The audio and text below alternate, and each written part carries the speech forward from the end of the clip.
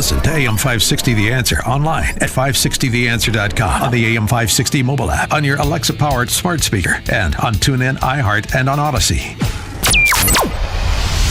This is Chicago's Morning Answer with Dan Proft and Amy Jacobson on AM 560 The Answer.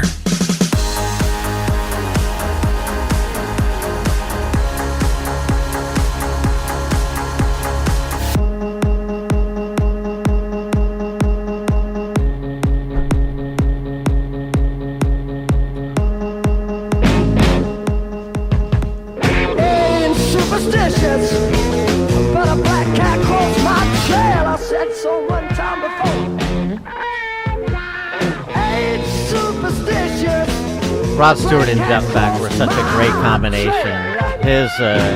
His guitar riffing and Rod Stewart's voice were such nice compliments. That's Rod Stewart and Jeff Beck. I Ain't Superstitious. Remembering the great guitarist Jeff Beck this morning and his artistry after he passed away yesterday. I wanted to make a couple of postscript remarks about our interesting discussion on the state gun ban passed by the Democrat Socialists, signed by Governor Jellybelly. Get texts like, when people get fed up, then this is what happens. They're tired of being pushed around. This is reality versus theory. Well, I understand the reality. I was describing where it leads. If you adopt the left's view that the ends justify the means.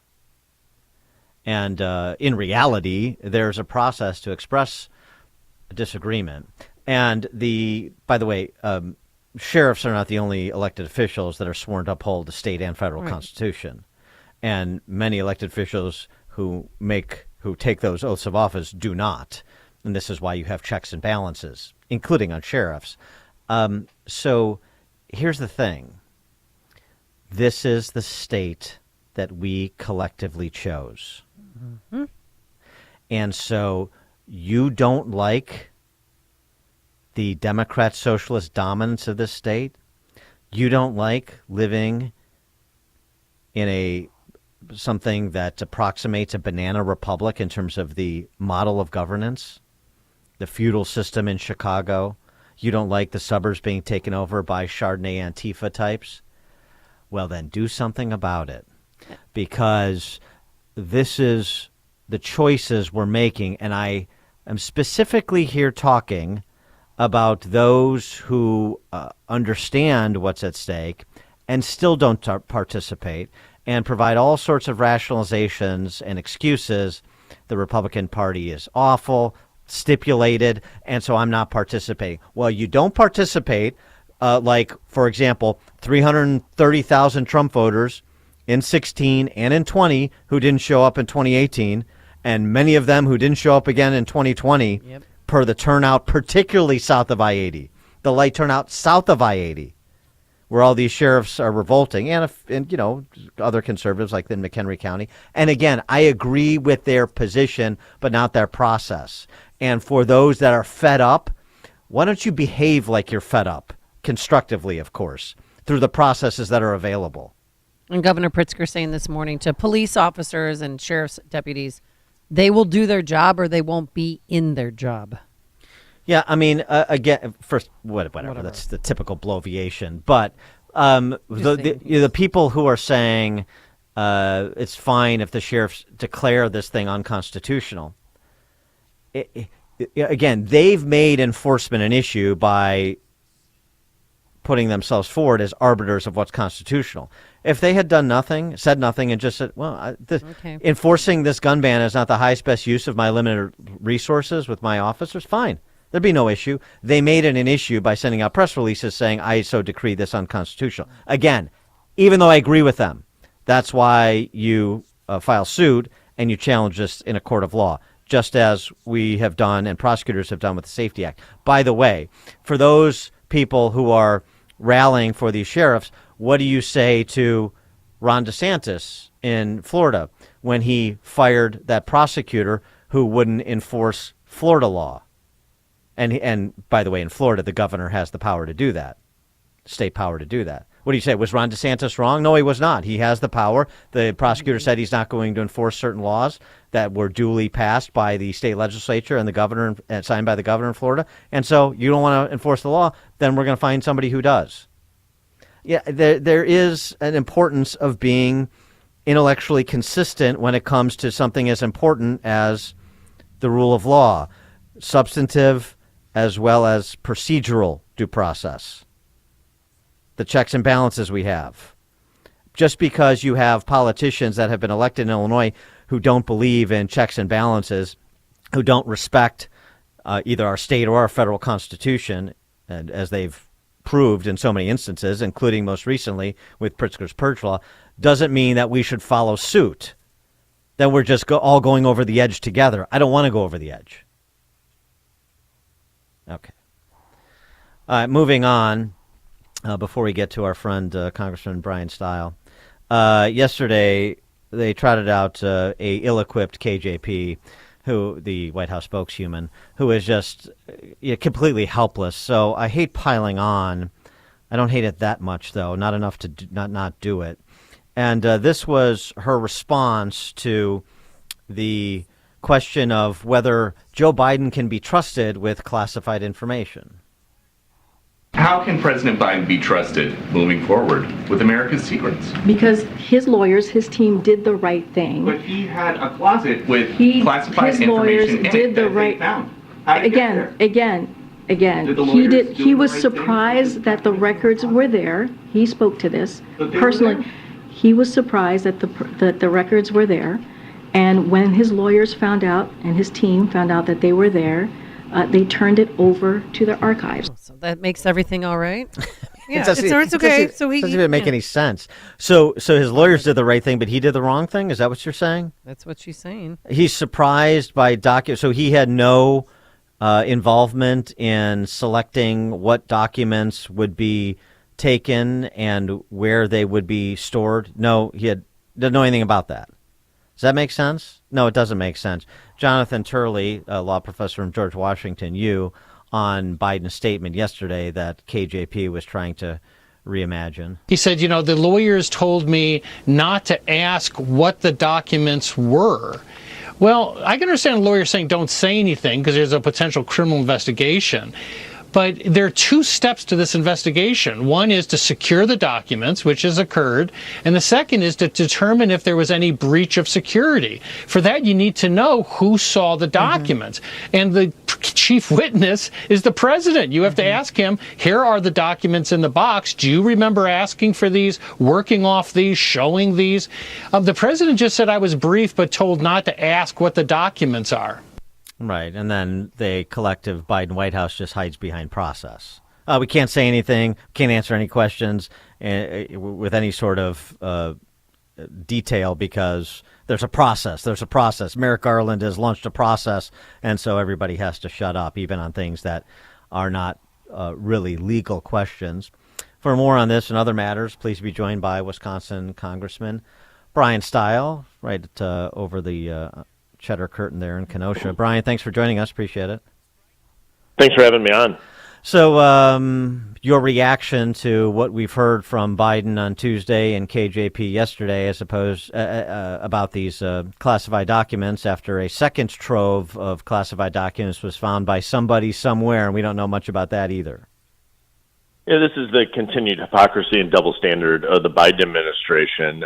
It's finally, the good news is there's going to be a check on the Biden administration now that Republicans have taken the gavel away from Nancy Pelosi. So we can actually be forcing this administration to answer the tough questions. And one of those should be, why did they know about this days before the election, but of course bury that and hide that from the American people until after the election? That sure looks like political purposes that they're doing that for. Well, we wouldn't have even known about this at all, about the documents that were locked in his closet at the Penn, Biden think tank center, unless a reporter on Monday went up and was, the information was leaked to them about this. And that's how we found documents came from and who had them in what office. I think you're going to get a lot of answers going forward. But this is what the Biden administration has been doing for over 2 years. They've been doing all sorts of stuff, and the mainstream media, the legacy media, has been giving them a pass. And Nancy Pelosi has been covering for them and not forcing accountability of our federal government. That time changes now. We're finally going to have the opportunity here to hold this government accountable, to hold the Biden administration accountable, to ask the questions that you're asking and others, such as the botched evacuation of Afghanistan, the origin of COVID, etc. And we need to get those answers to the American people. Talk to me about what you think is doable from a Republican-controlled House with obviously Democrats in control of the other chamber and Biden in the White House. I mean, is it really a vision, establishing a vision and a brand for the Republican Party going into 2024 on the salient issues of the day, combined with the possibility of unearthing some more truth when it comes to FBI conduct, when it comes to CDC conduct? Because, I mean, in reality, you're not going to be able to substantially change the direction of the country. You're more setting the table for the possibility of being able to do so depending on what happens in 24. Is that fair? There's that, but there are some changes that I do think will be able to be made this year. If you remember, under 2 years of Democratic one-party control, we continued to see trillions of dollars of new government spending, bill after bill, enlarging the size, scale, and scope of the federal government. Those types of massive new government spending programs, those are dead on arrival in a Republican House of Representatives. I also think on energy policy, if we push really hard and we sell this to the American people, we can end some aspects of the war on energy for the Biden administration. You got to remember, President Biden went and begged for oil in Saudi Arabia. He allowed leases in Venezuela. He realizes there is a problem. We just now need to get President Biden to actually act in the United States of America, in North Dakota, in West Texas. And if we do that, we can have a dramatic and impactful effort here to reduce inflation that's clobbering American families. So I won't have to turn in my gas-powered stove? Is that what you're saying? I'm not offering to you that this is going to be perfect. Biden is not going to give up on pushing forward a Green New Deal, but we are going to have an opportunity to call to task individuals in the administration to slow down their ability to drive forward that agenda. And if we get the American people understanding how draconian the energy policies have been from the Biden administration, maybe we can get the Biden administration to actually unleash American energy rather than going to Saudi Arabia and to Venezuela. Congressman Steil, do you agree with those 20 McCarthy holdouts that they served a purpose? At the end of the day, what we got are rules that allow us to move forward a conservative agenda. Imagine having 222 of your family members over for Thanksgiving, and the first order of business is to determine who's going to carve the turkey. That's really what we had, was a large family conversation. Republicans just do it in public. Nancy Pelosi and Democrats had the same conversations about how they were going to spend us to oblivion. They did it behind closed doors. We had the conversation on how we're going to try to cut spending, save the country. We did it on the House floor.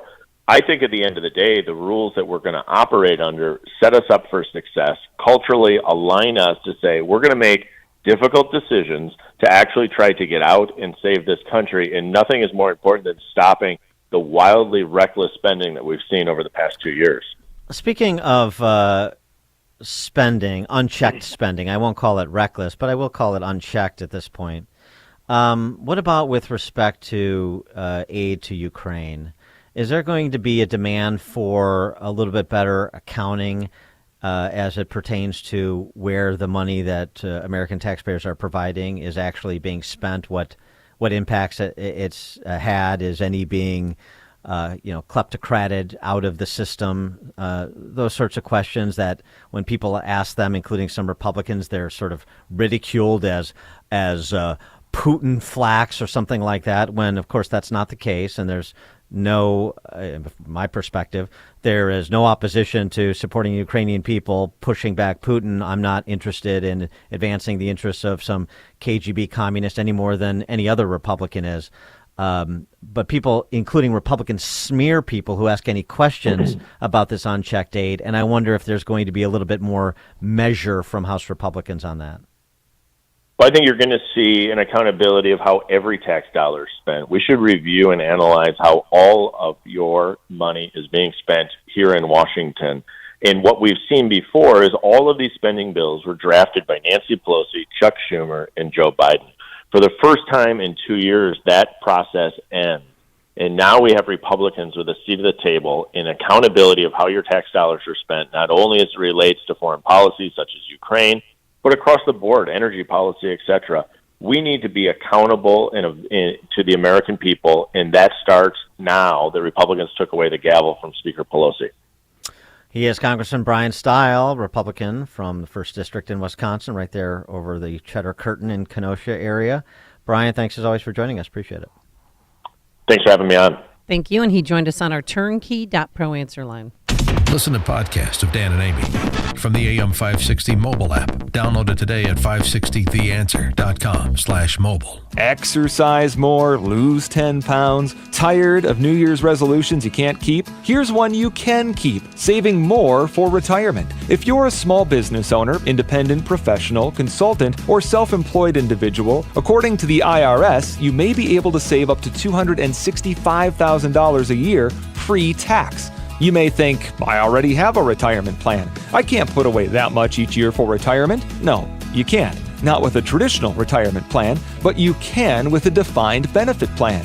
A defined benefit plan is IRS approved and a way for high income earners to begin to catch up on their retirement savings pre-tax. We call it a